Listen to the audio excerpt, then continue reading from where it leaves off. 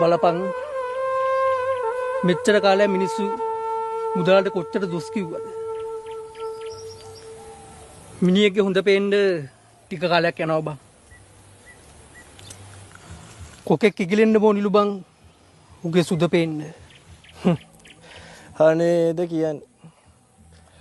මන්නම් බං ඊට පස්සේ මුකා කොහොම කිව්වත් මුදලාලියා කුණෙක් කියලා විශ්වාස කරන්නේ නැහැ.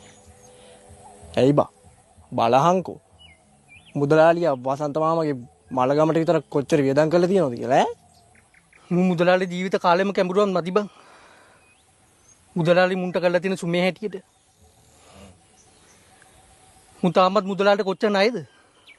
මිනී කටයුතු වලට විතරක් මල් ශාලය ගන්න 80000ලු. ඔය කෝපි මැෂින් එක ගත්තා කියන්නේ. ඒ මම මලකතර යනවා. උඹලත් එනවද? ඕබිනා අපිත් එනවා.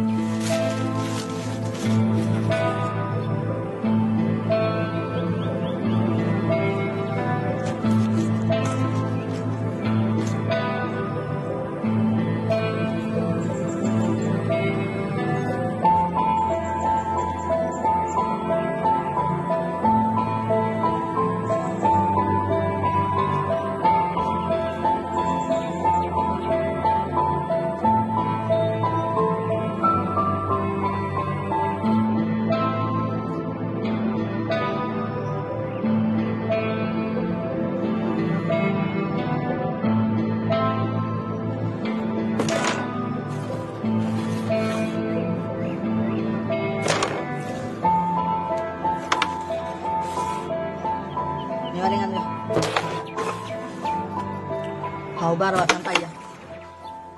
නෑ මං කතා කරන්නේ. කියලා මැරෙන්නේ නෑ නේද? යාවසක් හම්බුණා. ඔබ ඒක කියන්නේ. මිනිස්සු හිතා ගන්න බැලුවම එන්නේ. මේ ඔබ අරකට ගන්න.